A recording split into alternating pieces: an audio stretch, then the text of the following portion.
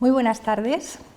Comienzo la conferencia con un texto de Antonio de Capmany, militar, filósofo, historiador, académico de la Real Academia de la Historia, secretario perpetuo de la misma, elegido en 1790, y diputado por las Cortes de Cádiz.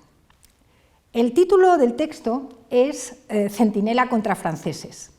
Se publicó con extraordinario éxito durante 1808, el primer año de la invasión napoleónica, en varios lugares de la península, entre ellos Gerona, Manresa, Madrid o Valencia.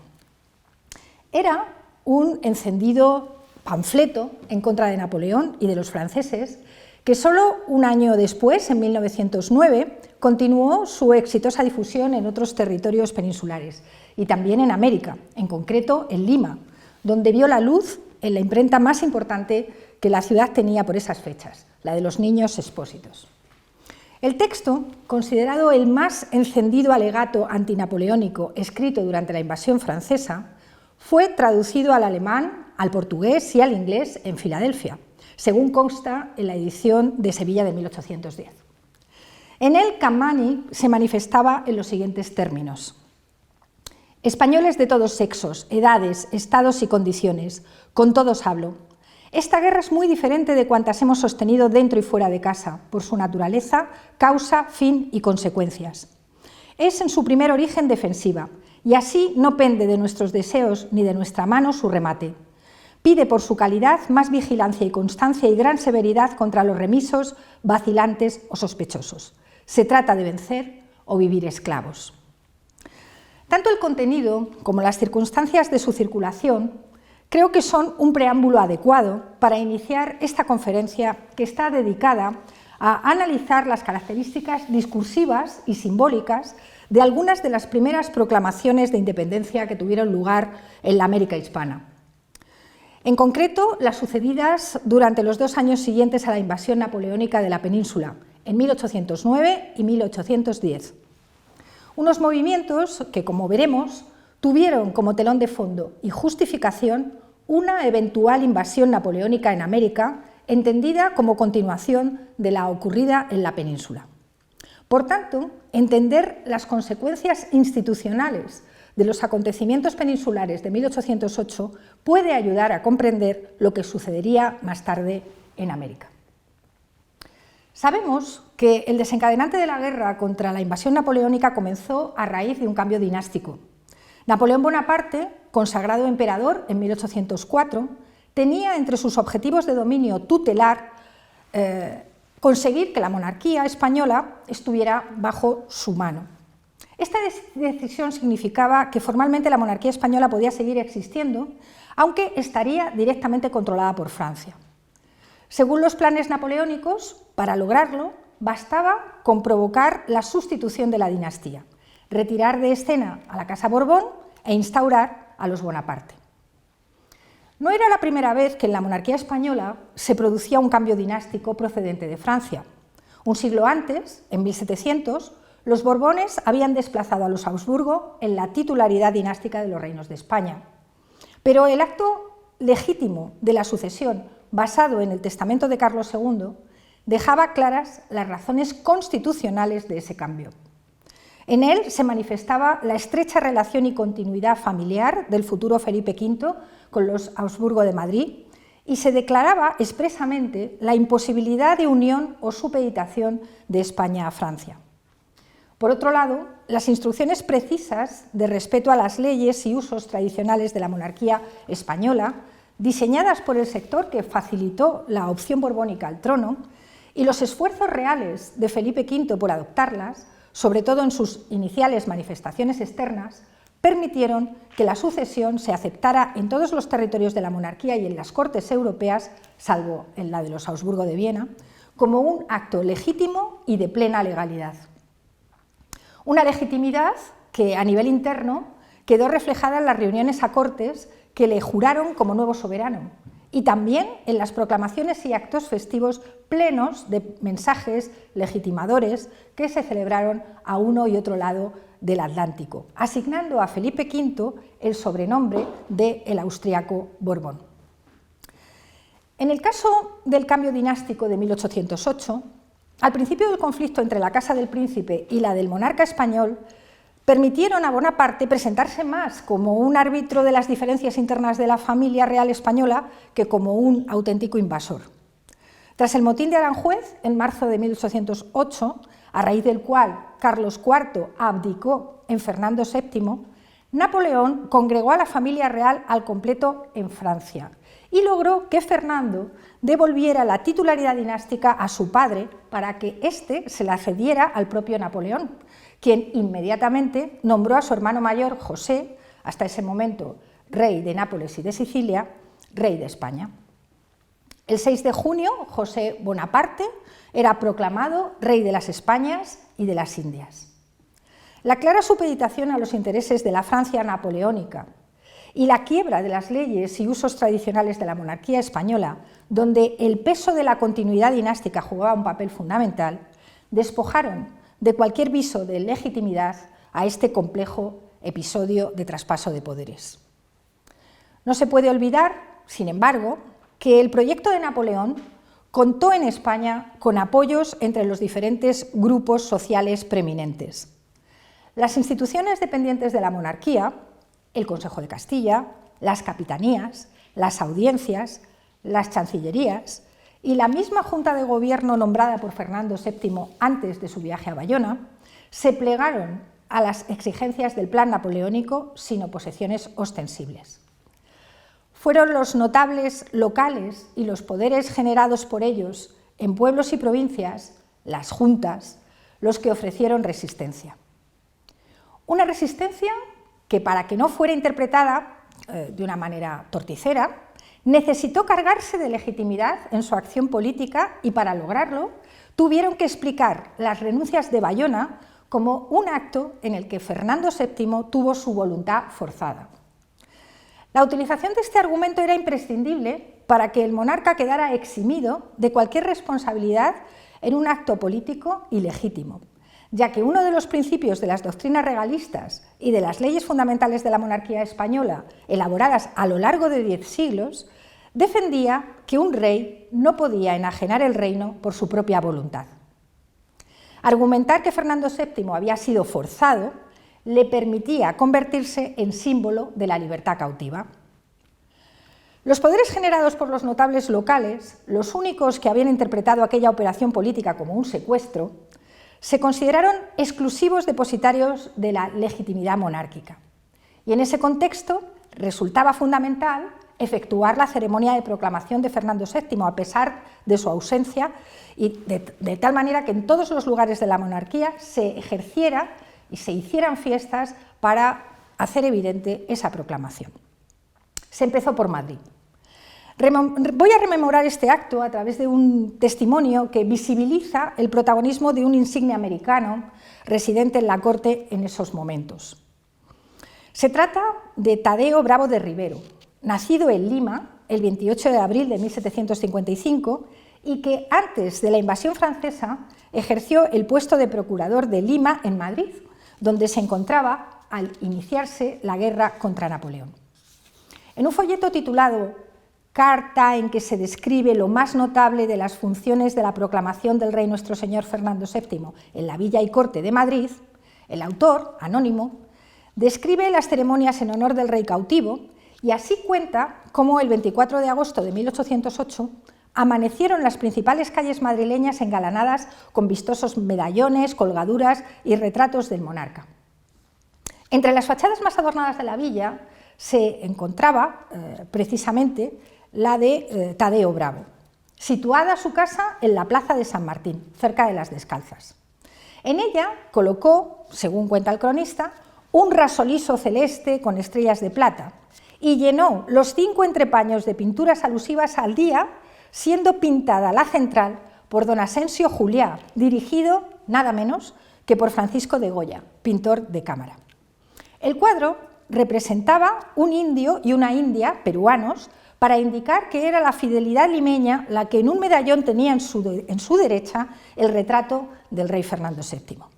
Las otras 4 alegorías se completaban con sonetos, con octavas y debajo un tarjetón en el que se leía: a Fernando VII, rey de España y de las Indias, la ciudad de Lima.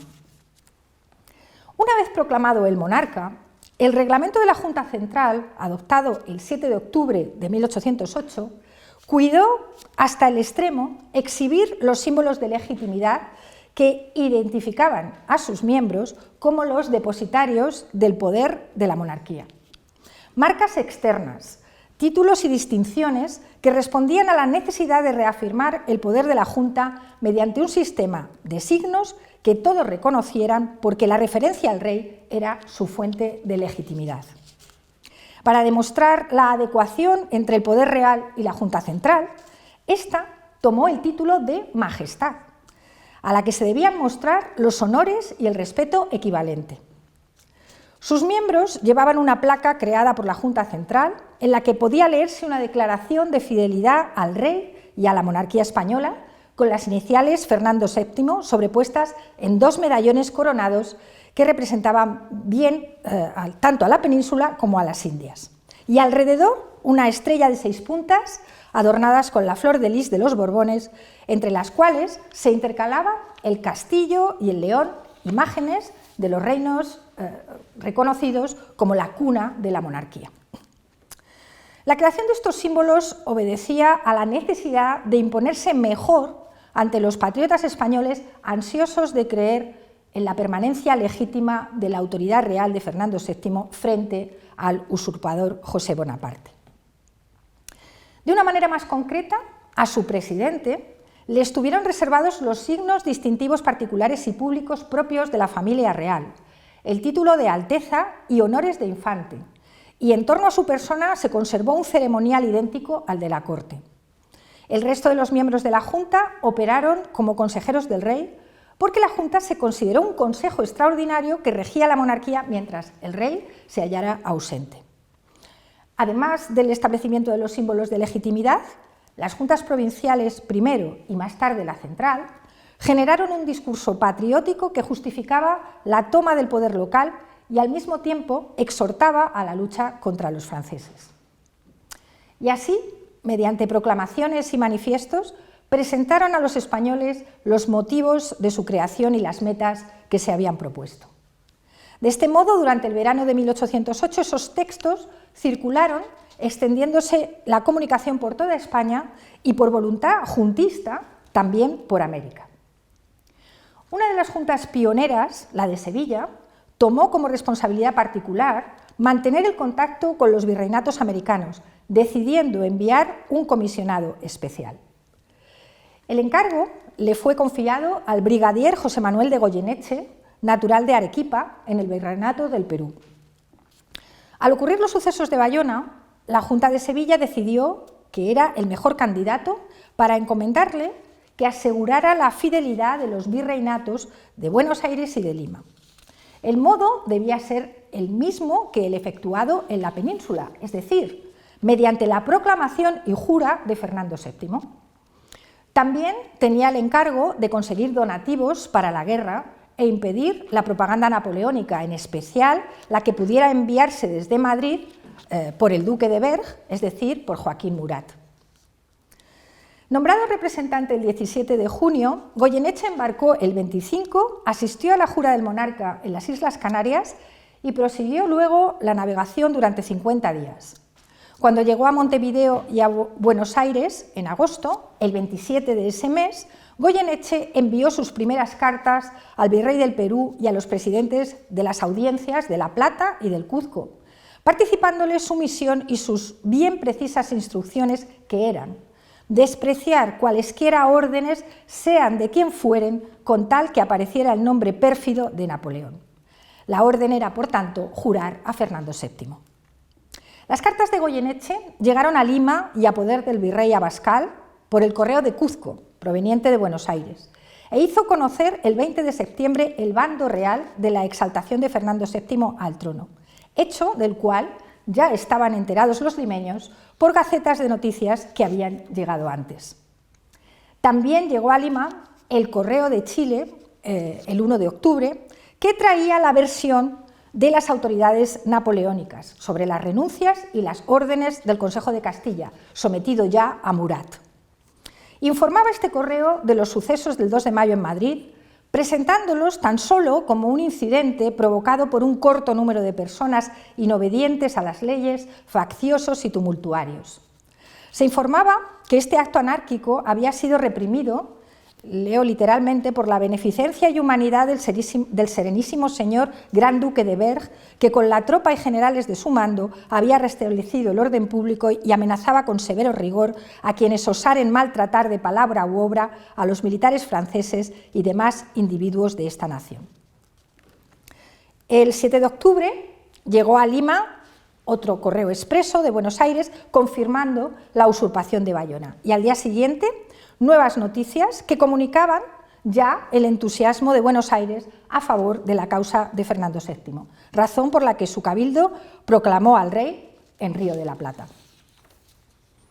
Aunque el virrey Abascal había recibido de España, a través del Consejo de Indias, reales cédulas con órdenes para que reconocieran como regente a Murat, el virrey reunió en su palacio a todas las autoridades del virreinato, civiles y eclesiásticas, y acordaron la proclamación de Fernando VII por unanimidad, una aclamación fijada para el 13 de octubre. De nuevo, luminarias, el retrato del rey, de una vara de alto y en un marco de plata, colgado de las galerías del Cabildo de Lima. Los tarjetones que acompañaban la pintura decían: «Tenemos rey, queremos jurarlo, juramos a nuestro rey y señor Fernando VII». También se hicieron los gritos de fidelidad y alzamiento del pendón, tal y como se hacían en la corte, reproduciendo en las plazas más importantes de la ciudad la ceremonia. A continuación, cada región del Virreinato del Perú proclamó a Fernando VII. Huamanga el 1 de octubre, en Cuzco el 14 de octubre, en Arequipa el 3 de noviembre, en Puno y San Miguel de Piura el 10 de noviembre, en Tarma el 18 de noviembre, en Jauja el 21 de noviembre, también en Trujillo y Huamachuco y Moquegua, y también en noviembre se iniciaron las ceremonias para hacerlo en Mainas, una región de la selva que finalmente consiguió hacer la proclamación el 6 de mayo, allí y en otras zonas, incluidas las misiones Alta y Baja del Marañón y de Canelos. En todos ellos se efectuó el juramento conforme al programa que se les señalaba: repiques de campanas, luminarias, danzas de indios, misa pontifical, publicación de los papeles recibidos y Te Deum de acción de gracias. Hoy sabemos que Napoleón no envió tropas a América en 1808, pero sin duda tenía un plan de intervención. El Consejo de Castilla, en nombre de José Bonaparte, nombró a comisionados que dieran parte de la nueva situación, aunque tuvieron poco éxito. Pero mucho más interesante resulta que Napoleón, desde el principio, según revela la correspondencia con Murat, quería que los habitantes de los virreinatos conocieran y entendieran el cambio dinástico que se había producido en las tierras hispanas del viejo continente. Para ello, encomendó el 29 de mayo de 1808 al marqués de Sassenet la misión de conducir despachos oficiales a Buenos Aires con esas nuevas. Las instrucciones que entregó al marqués incluían pedir al virrey del Río de la Plata, el francés Santiago de Liniers, que Sassenet había conocido en sus viajes a Buenos Aires, que hiciera reconocer a José Bonaparte como rey de España. Pero además debía recoger todos los informes que pudiera obtener sobre el estado de la América española y en particular del Virreinato de Buenos Aires, para más tarde hacer lo mismo en Perú y en Chile.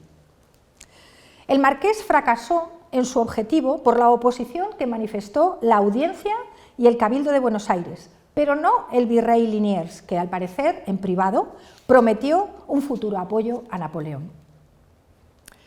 Tras el fracaso inicial de la gestión de Sassenet en el Río de la Plata, Bonaparte dispuso un plan más vasto y mejor urdido para procurar sublevar en su favor las tierras americanas. Pretendía hacerlo a través de la creación de una red de agentes, de espías, cerca de 30, casi todos españoles menos 3, que debían actuar en zonas prefijadas de acuerdo con los planes trazados por Monsieur de Molin, un capitán de navío y corsario que primero desde Baltimore y más tarde desde Nueva York, a partir del otoño de 1808, ejerció como jefe de los espías de Napoleón en América. Las instrucciones de Molin para sus agentes son conocidas gracias a las investigaciones de Villanueva en los archivos del Foreign Office. Los espías debían contactar con miembros de las élites virreinales y persuadirlos de que Napoleón solo deseaba dar la libertad a un pueblo esclavo.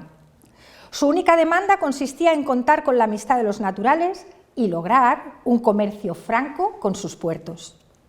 Los agentes debían comprometerse a enviar auxilios militares y escoger colaboracionistas capaces de alimentar la sublevación. Estos debían buscarse, según las instrucciones, entre las autoridades civiles y religiosas y no entre el pueblo al que consideraban bárbaro y poco inclinado a sus orientaciones. En particular, debían buscar la complicidad de sacerdotes, leo literalmente, que persuadan en las confesiones y aconsejen a los penitentes que les conviene un gobierno independiente y que no deben perder una ocasión tan oportuna como la que se les presenta y facilita el emperador Napoleón, haciéndoles creer que es enviado por la mano de Dios para castigar el orgullo y tiranía de los monarcas. No hacerlo se consideraría un pecado mortal, porque no admite perdón resistirse a la voluntad divina. Asimismo, debían abstenerse, estos agentes, de hablar contra la Inquisición o contra el Estado eclesiástico, ya que recomendaban que en los estandartes de los sublevados debía escribirse el lema: «Viva la religión católica, apostólica, romana, y muera el mal gobierno». Finalmente, en el momento en el que estallaran los tumultos, las autoridades resistentes debían ser envenenadas. En nota a las instrucciones se añade que 4 buques debían recorrer las costas americanas, inclusive las del Perú, para dar cuenta de todo lo que sucediera. Al final, este plan fue revelado a la Junta Central, que informó a las autoridades americanas, que publicaron los nombres de los espías y ordenaron darles caza, lo que no es óbice para pensar que no hubiera otros intentos similares a este que regionalmente pudieran tener éxito. Por tanto, la llegada simultánea de noticias en la que se confrontaba la realidad del nombramiento de José Bonaparte como rey de España con los documentos y decretos emanados del movimiento juntista alimentaron en América la confusión y el desasosiego. Un ejemplo de esta sensación de desorden fue lo que ocurrió con el órgano de noticias y decretos que hasta entonces había utilizado la monarquía y que no era otro que la Gaceta de Madrid. Una vez se estableció la Junta Central en Aranjuez, esta utilizó para sus comunicaciones la Gaceta de Madrid, retomando así el canal de publicación clásico del gobierno monárquico. Por ello, publicó a partir del 29 de septiembre de 1808 el acto de instalación en Aranjuez y los principales decretos generados. Funcionó como periódico oficial encargado de difundir las decisiones de la Junta Central, pero cuando Madrid fue nuevamente ocupada por los franceses, también ocuparon la dirección de la Gaceta, convirtiéndola otra vez en el órgano oficial del gobierno de José Bonaparte. Por esta razón, la Junta Central, trasladada esta vez a Sevilla, decidió desde el mes de enero de 1809 tener su propio periódico oficial. Jovellanos fue el encargado de poner a punto el programa de un periódico que se llamó Gaceta del Gobierno y que con periodicidad semanal primero y con 2 ejemplares por semana a partir del mes de abril, se encargó de difundir las informaciones dirigidas a los diferentes secretariados de la Junta, así como las actas y decretos que ésta consideraba pertinente publicar. La dirección corrió a cargo de Antonio Capmany, el autor del texto Centinela contra franceses con el que he abierto esta conferencia. Se entiende, por tanto, que la posibilidad de una invasión napoleónica en tierras americanas pareciera algo mucho más factible de lo que puede parecernos hoy, y que para las autoridades que alimentaron la formación de juntas en los territorios americanos, la amenaza de Napoleón se viviera como una posibilidad cercana. El detonante del movimiento juntista en América fue la noticia de la caída en manos de los franceses de la Junta Central refugiada en Sevilla, y que, como es sabido, terminó refugiada en la isla del León, en Cádiz. La pérdida de la ciudad del Guadalquivir a manos de los franceses estimuló las declaraciones de independencia en varios territorios de los antiguos virreinatos americanos, ante la convicción de sus autoridades locales de que se había producido un auténtico vacío de poder.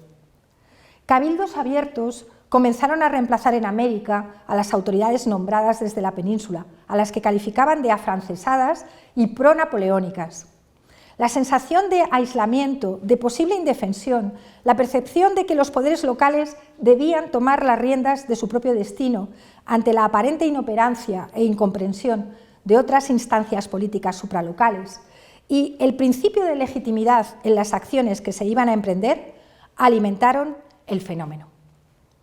La primera Junta de Apoyo a Fernando VII, similar a las peninsulares y proclamada en el continente iberoamericano, emergió en el Virreinato de Nueva Granada, en la ciudad de Quito, el 9 de agosto de 1809. A partir de 1810, como veremos, el fenómeno se extendió.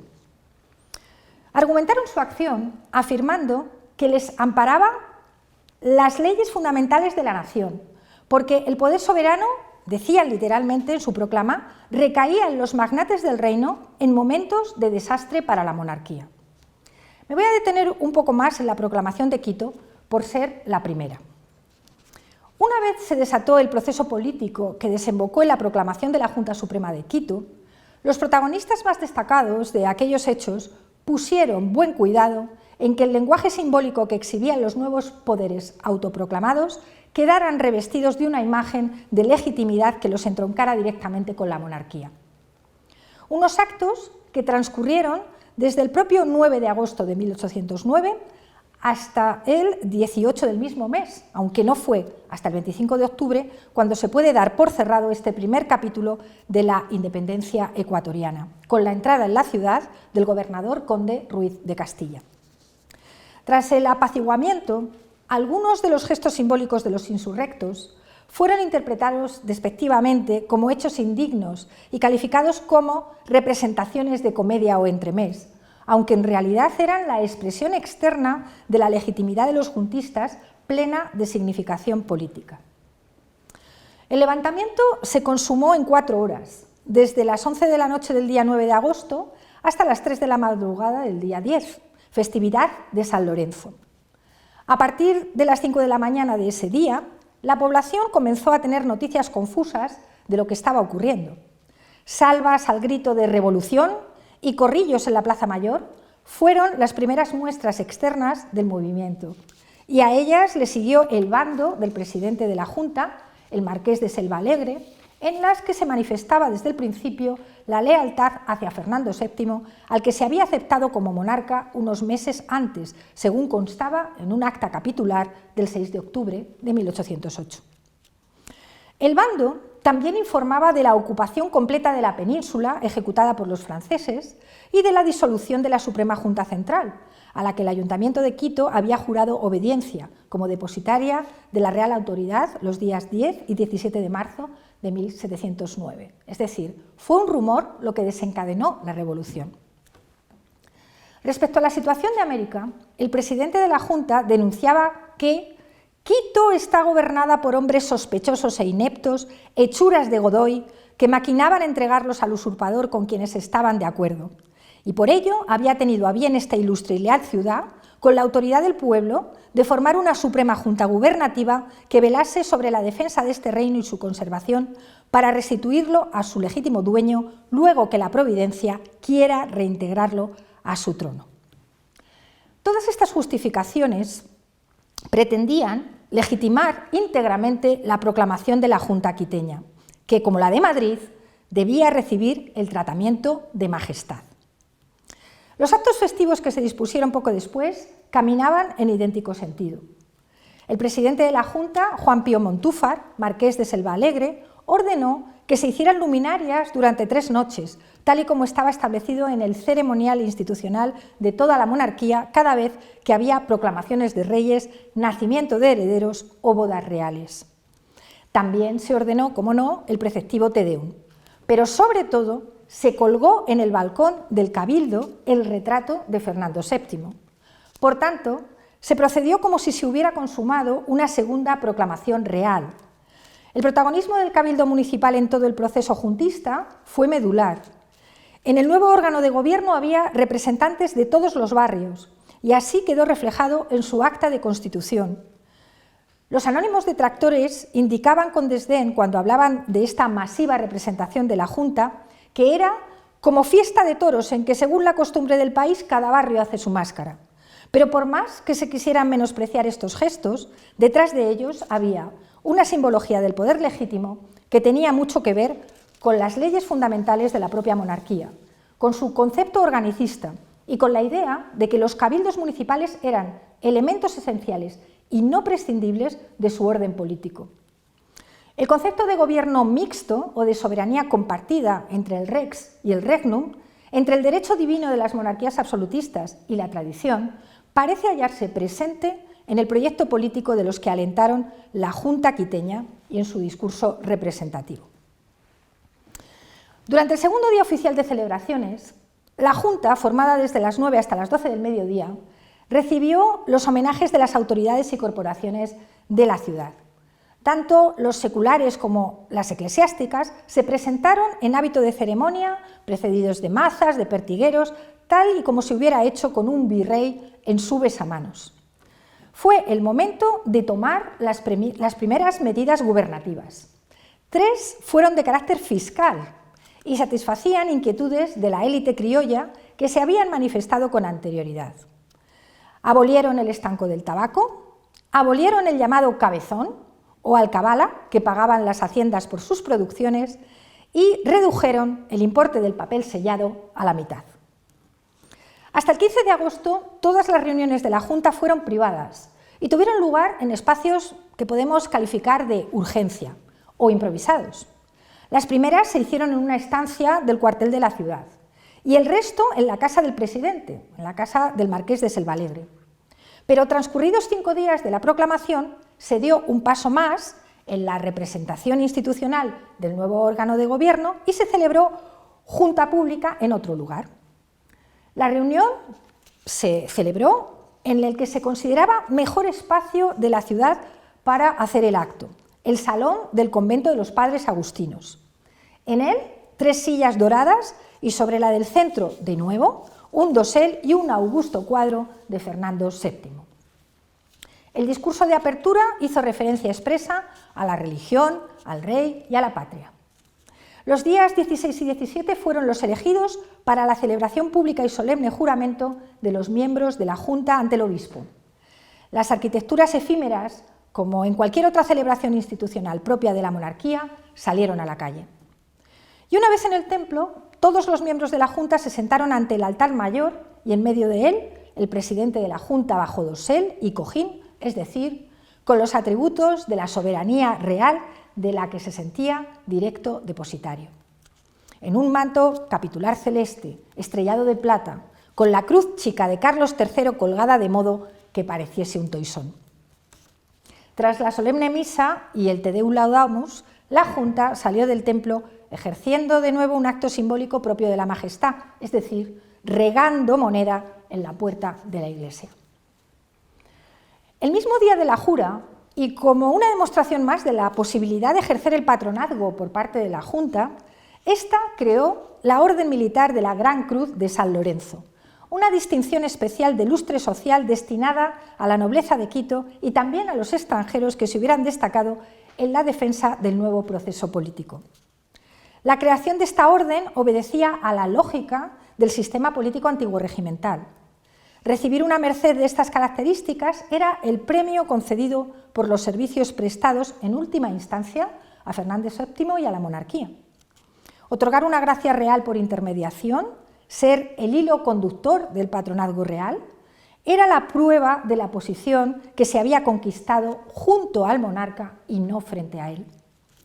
Por último, adoptar una insignia específica bajo la advocación de San Lorenzo era un símbolo que, merced a los avatares del calendario, entroncaba con las más puras tradiciones de la monarquía española.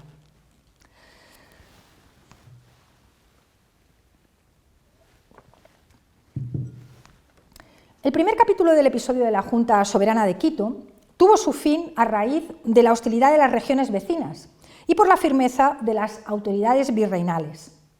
Abascal, el virrey del Perú, se hizo eco de los llamamientos de las ciudades de Guayaquil y de Cuenca, que acudieron a su autoridad virreinal pidiéndole que sometiera el movimiento quiteño.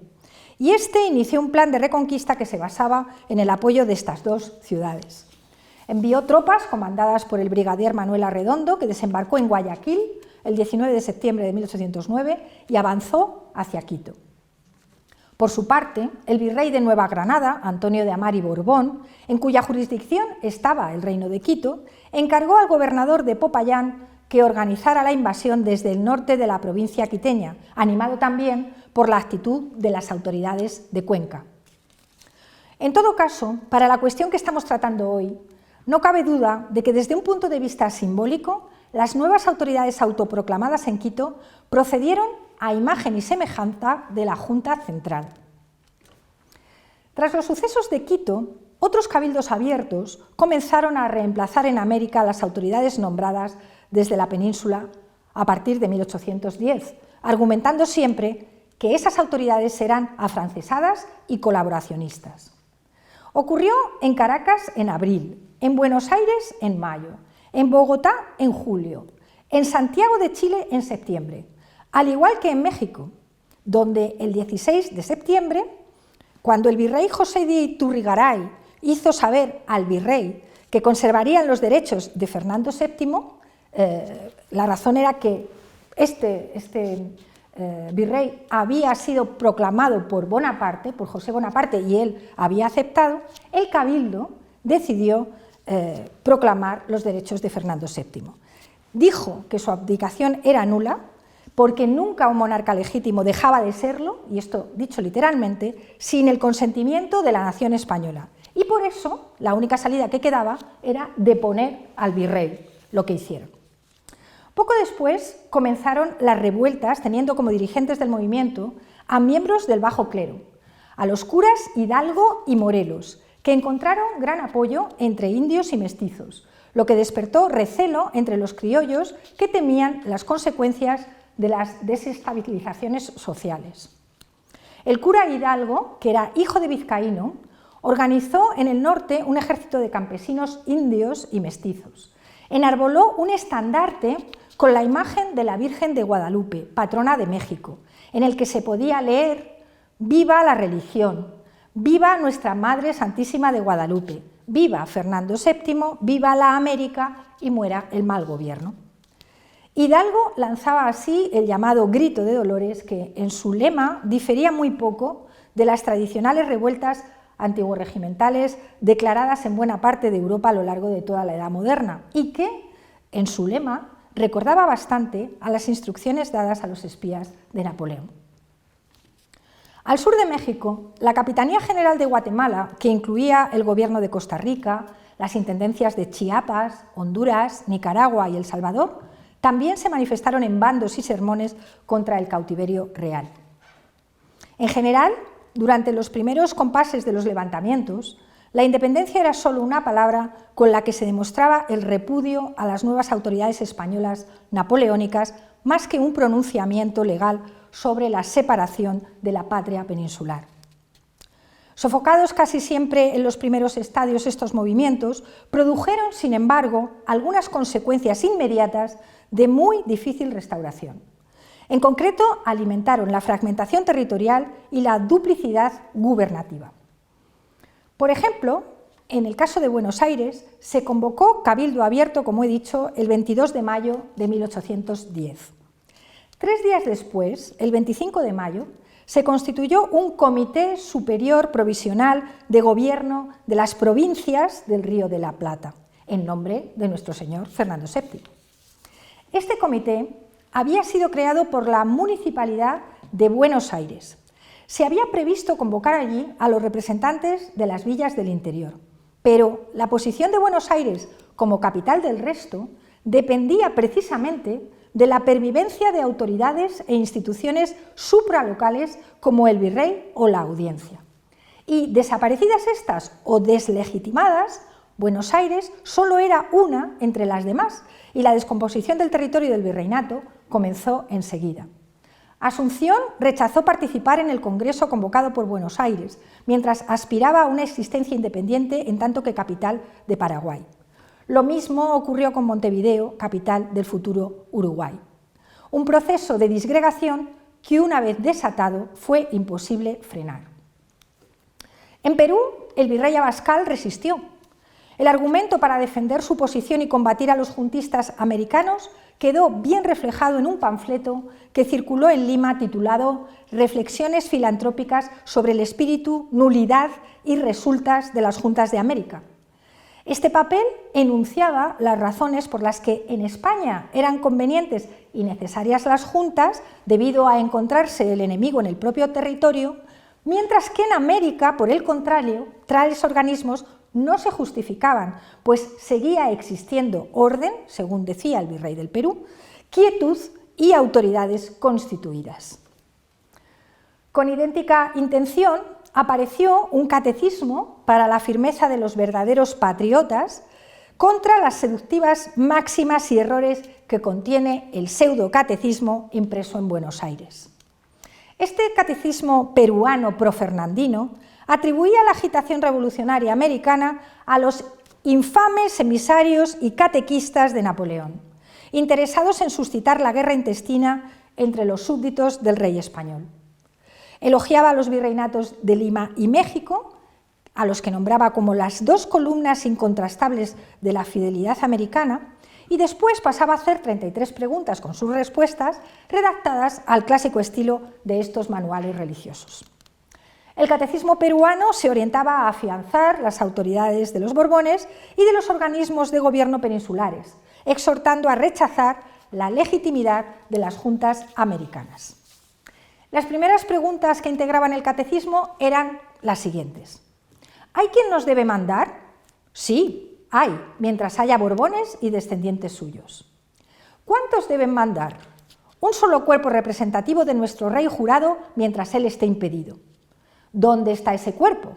En España solamente, desde donde comunica sus órdenes a todos los lugares de América por medio de sus órganos, que son las autoridades emanadas del trono, constituidas y confirmadas.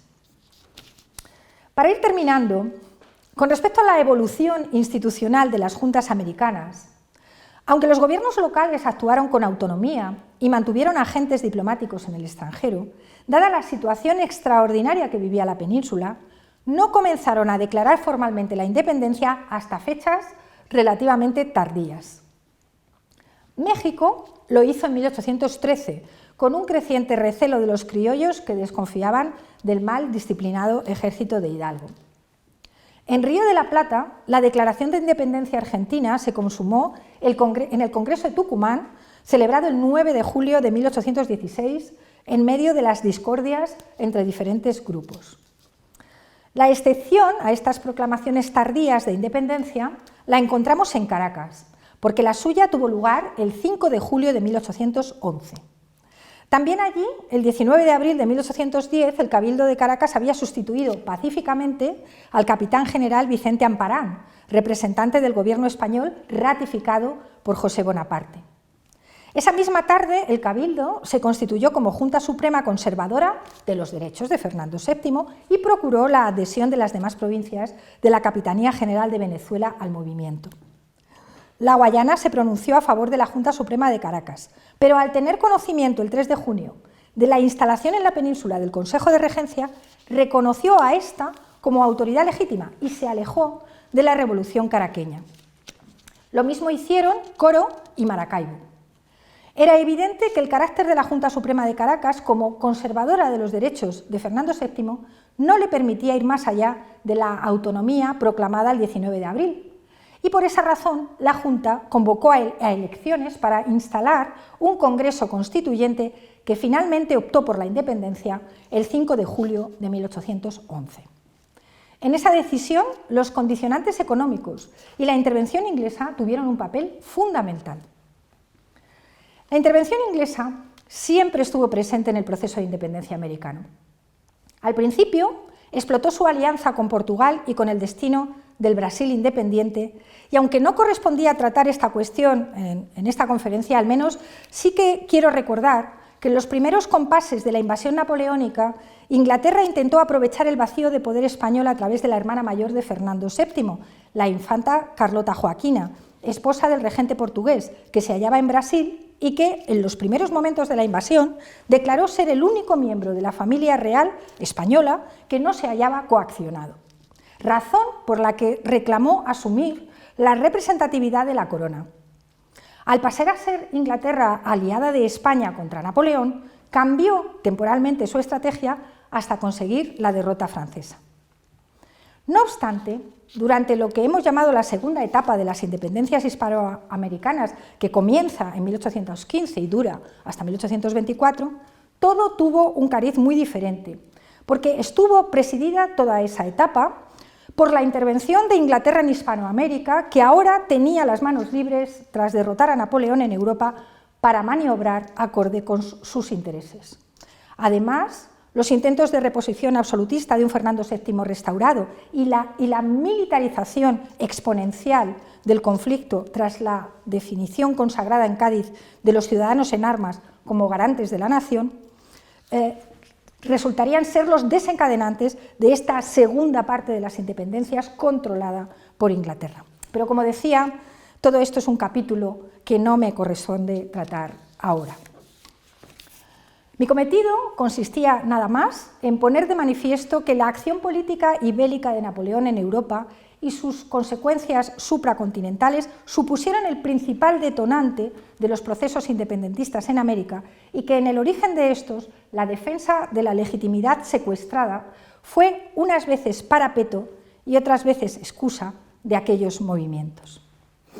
Que este hecho fue percibido por los que no eran partidarios de la ruptura se aprecia en las preguntas y respuestas del Catecismo Patriótico al que acabo de hacer alusión y con el que se pretendía hacer pedagogía de la naturaleza de los levantamientos para intentar que la población no los secundara. Las dos preguntas clave de ese catecismo, y con esto termino la conferencia, eran: ¿los representantes hechos por los insurgentes de América cómo se llaman? Junta Revolucionaria. ¿Qué es Junta Revolucionaria?